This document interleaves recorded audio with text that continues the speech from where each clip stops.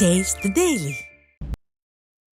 காஞ்சிபுரம் மாவட்ட ஆட்சியர் முகாம் அலுவலகம் அருகில் உள்ள கால்வாயில் தேங்கியுள்ள குப்பைகளை அகற்றாமலேயே அப்புறப்படுத்தியது போல போலியாக கணக்கு காண்பித்து வருவதாக மக்கள் குற்றம் சாட்டுகின்றனர்.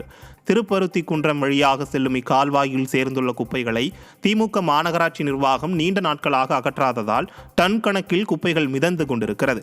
இதனால் வெள்ளப்பெருக்கு ஏற்பட்டால் அருகில் உள்ள குடியிருப்புகளுக்குள் புகும் ஆபத்து உள்ளதாக அப்பகுதி மக்கள் அச்சம் தெரிவிக்கின்றனர். மேலும் பல நாட்களாக தேங்கி நிற்கும் கழிவு நீரால் கொசு தொல்லை ஏற்பட்டுள்ளதால் குப்பைகளை அகற்ற வேண்டும் என்று கோரிக்கை விடுத்துள்ளனர். திருப்பத்தூர் மாவட்டம் பிச்சனூர் பகுதியில் அருந்து கிடந்த மின்கம்பியை மிதித்த 12ஆம் வகுப்பு பள்ளி மாணவன் மின்சாரம் பாய்ந்து பரிதாபமாக உயிரிழந்தார். பிச்சனூர் பகுதியைச் சேர்ந்த 12ஆம் வகுப்பு பள்ளி மாணவன் குமரன் பிச்சனூர் ஏரியை பார்க்க சென்றுள்ளார். அப்போது அருந்து கிடந்த மின்கம்பியை மிதித்ததில் மின்சாரம் பாய்ந்து பரிதாபமாக உயிரிழந்தார். திறனற்ற திமுகவின் மின்துறை மழைக்காலங்களில் முன்னெச்சரிக்கையுடன் இல்லாததால் இதுபோன்ற அவல சம்பவங்கள் நடைபெறுவதாக மக்கள் குற்றம் சாட்டியுள்ளனர். ராமநாதபுரம் மாவட்டம் சிறுவயல் அருகே கண்மாய்க்கு வரும் நீரை பக்கத்து கிராம மக்கள் தடுத்து வைப்பதாக மாவட்ட ஆட்சியரிடம் புகார் அளிக்கப்பட்டுள்ளது.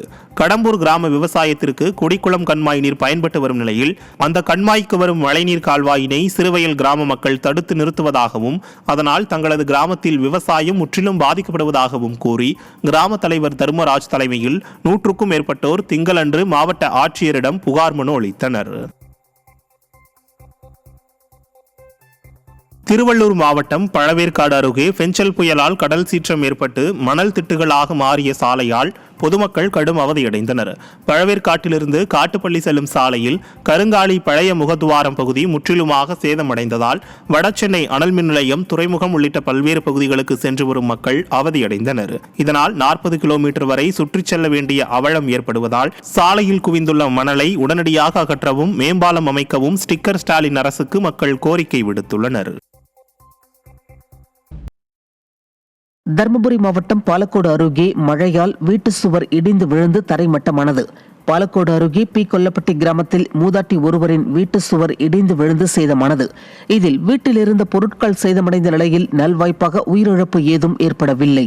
இதுகுறித்து வருவாய்த்துறையினரிடம் தெரிவித்தும் மக்கள் விரோத ஸ்டாலின் அரசின் அதிகாரிகள் யாரும் பார்வையிடவில்லை என கிராம மக்கள் தெரிவித்துள்ளனர். உரிய நிவாரணம் வழங்க வேண்டும் என மூதாட்டி வலியுறுத்தியுள்ளார். கடலூர் மாவட்டம் நெய்வேலியில் NLC முதலாவது சுரங்கத்திலிருந்து எந்தவித முன் அறிவிப்புமின்றி அதிகப்படியான சுரங்க நீரை வெளியேற்றுவதால் தரைப்பாலம் மூழ்கியது. NLC முதலாவது சுரங்கம் அருகே உள்ள ஆதண்டார் கொள்ளை உள்ளிட்ட கிராமங்களில் போக்குவரத்து துண்டிக்கப்பட்டதால் வேலைக்கு சென்றவர்கள் வீடு திரும்ப முடியாத நிலை ஏற்பட்டுள்ளது. மழைக்கால விதிமுறைகளை மீறிய NLC நிர்வாகத்தின் மீது திறனற்ற ஸ்டாலின் அரசின் மாவட்ட நிர்வாகம் எந்த நடவடிக்கையும் எடுக்காமல் வேடிக்கை பார்ப்பதாக பொதுமக்கள் குற்றம் சாட்டுகின்றனர்.